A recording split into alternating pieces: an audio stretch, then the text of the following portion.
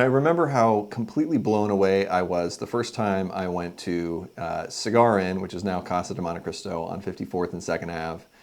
I bought a cigar, I sat down, I was by myself, and within about 20 minutes, I was pulled into multiple different conversations with these really friendly patrons. One of them happened to be an ambassador to the UN, and we got into this great sort of political philosophy conversation on the United Nations and diplomacy. And I remember just being blown away because where else would you, A, be in the same room with a person like that, B, have such an easy introduction to them, and then C, actually have the time to have a full-length conversation. And I had the same experience time and time again. I would light up a cigar, I'd look over at the person sitting across from me or next to me, and I'd say, "Hey, what are you smoking?"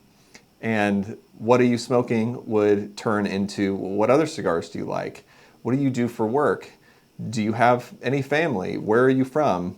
And I found myself naturally, making conversation, then making friends.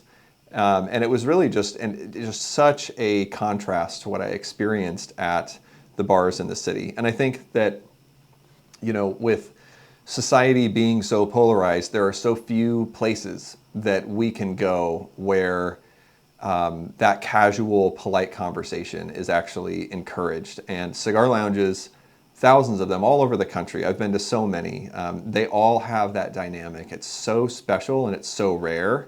And so for that reason, I think that cigar lounges are just really irreplaceable and impossible to put really a value on. And if you've never been to one, you should really try it out.